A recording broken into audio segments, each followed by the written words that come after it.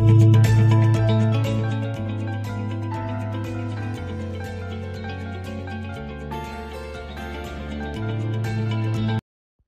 morning, mến chào tất cả mọi người ha. Hôm nay là chúng ta bắt đầu cái ngày đầu tiên của tháng. Sorry mọi người, ngày hôm qua tôi tưởng đâu là ngày đầu tiên của tháng mà không phải. Vì tháng này chúng ta có 31. Hôm nay mới là thật sự là ngày 1 tây tháng 9. Và chúng ta sẽ bắt đầu vào cái con REE. Tôi kêu tôi hay gọi nó là rì auto. Nó rì giống như là nó chậm rì á.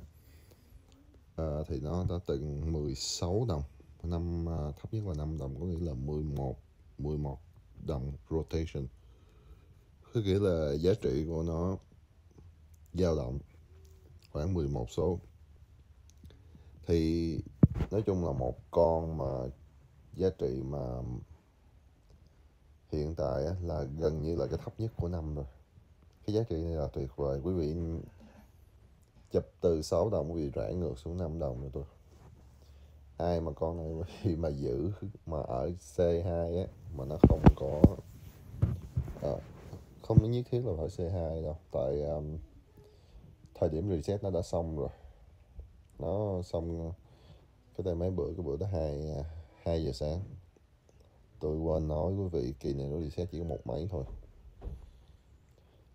Còn cap của con này là cap tỷ đô. Thứ nhất là cap tỷ đô là 1.88. Không cần biết nó, vấn đề là nó thành lập vào, tại nó mới thành lập hồi tháng Giêng năm nay, năm 2021. Nhưng mà cái quý đầu tiên nó không có report, có nghĩa là nó không đủ chỉ số hoặc là nó không đủ số liệu để nó report cho mọi người. Nhưng mà nó nằm ở cái điểm khoảng, cái dot của nó khoảng 2 điểm là mọi người cũng thấy là cũng là tương đối rồi. Đó là một cái con tỷ đô. Nhưng mà cái công ty nó thành lập nó cũng được 10 năm rồi, thì nó report cái chỉ số là cái chỉ số của giám đốc thôi. Mình nghĩ là 4 người đó là 4 người giám đốc và hệ thống phó giám đốc của nó thôi, chứ cũng không có gì gọi là ấy đâu. Nó chuyên về electric. Thì những cái EV thì mọi người từ đây sắp tới mọi người thấy hai cái chữ EV á, có nghĩa là electric car, có nghĩa là dính tới xe điện.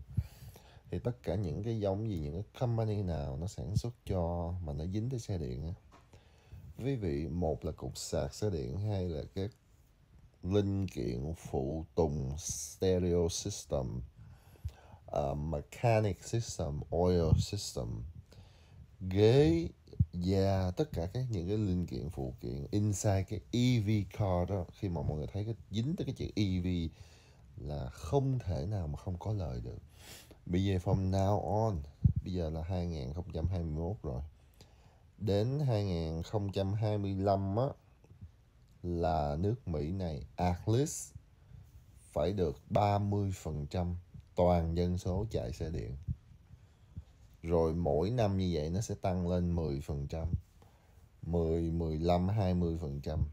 Coi như là từ đây tới năm 30 là không còn ai chạy xe gọi là xe máy xăng và máy dầu nữa. Vì thì thứ nhất nó giảm thiểu cái ô nhiễm môi trường.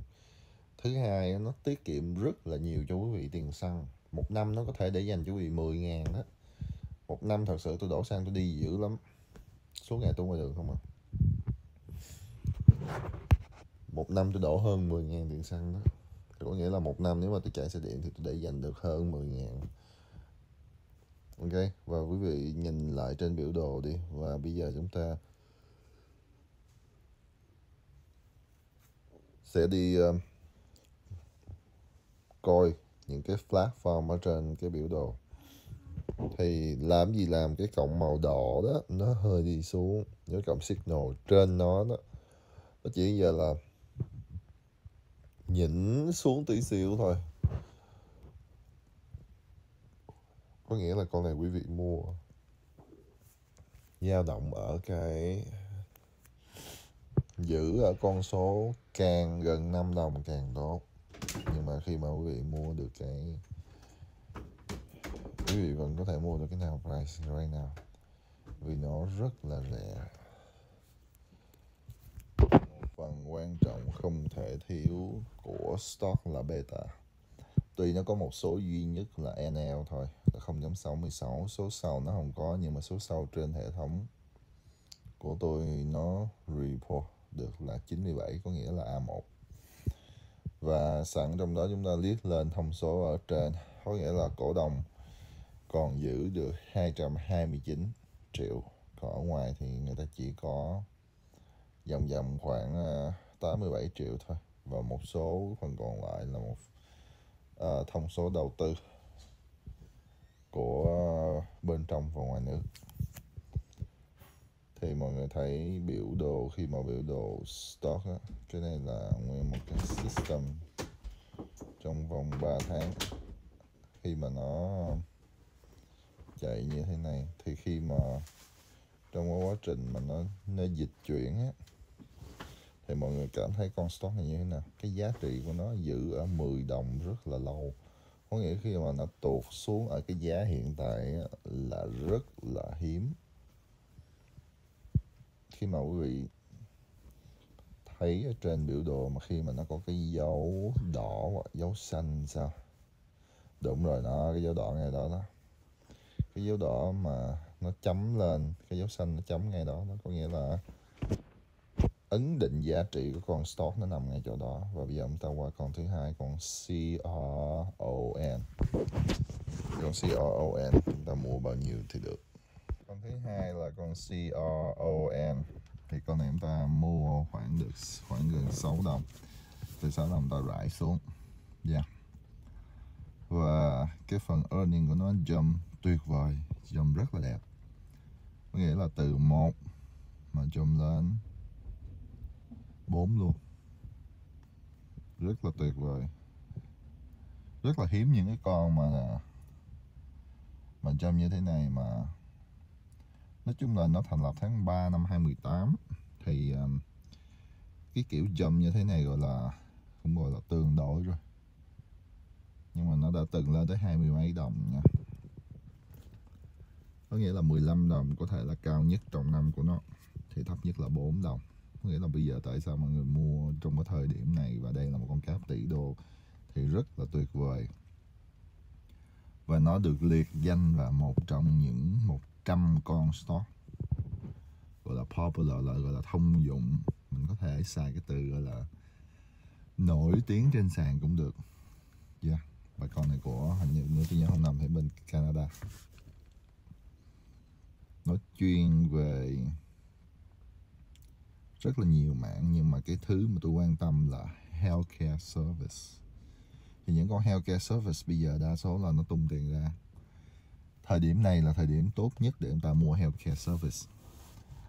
Thu là chúng ta bán, là mùa thu bán là tuyệt vời, là có lời, không thể nào mà không lợi được cả. Thì khi mà quý vị nắm hệ thống, khi mà quý vị đọc được thông số sàn, thông số nền và thông số system. System đây tôi nói là thông số của Nebraska. Tại có những thứ tôi không thể nào nói trực diện trên đây được, tôi phải xài những cái từ khác để tôi chuyển nó vào tôi nói. Thì đến đây mọi người hiểu tôi đang nói cái gì. Ok, và bây giờ chúng ta lướt qua ở trên cái màn hình chút xíu. Thì chúng ta mua làm sao mà mua giữ ở cái cọng màu hồng á, thấp nhất là càng tốt. Bán thì chúng ta bán cộng xanh là tờ bán ổn định. Nghĩa là bây giờ quý vị mua 6 đồng mấy, quý vị có thể bán 7 đồng mấy, 8 đồng. Cái chuyện rất là dễ dàng. Thì cái cọng signal thì như thế nào? Cọng signal đang đi lên. Cọng signal là cọng nào? Nó nằm ở dưới cái cọng dây màu đỏ đó. Mọi người thấy cọng dây màu đỏ nó cuối cùng không? Nó cuối cùng ngay cái chỗ mà trừ 0.05 á. Trừ 0.5 chứ. Và bây giờ chúng ta sẽ theo coi cái sóng của nó 3 tháng như thế nào. Và beta của nó rất rõ ràng. Beta của nó là social. là 1.1 và là 70k. 70k thì nó vẫn thuộc về A1 rồi. Rất là đẹp. Cái xe của những cổ đông nắm giữ là 371, còn xe trên sàn cho tất cả mọi người chúng ta mua là 197, coi như là xe của cổ đông nắm giữ almost double. Thì công ty này rất là ổn định và rất ăn nên làm ra. Thì cổ đông nắm nhiều xe, khi mà cổ đông mà nắm bằng xe mọi người nó mới là nguy hiểm. Thank you, have a good day, gặp lại mọi người ngày mai nha.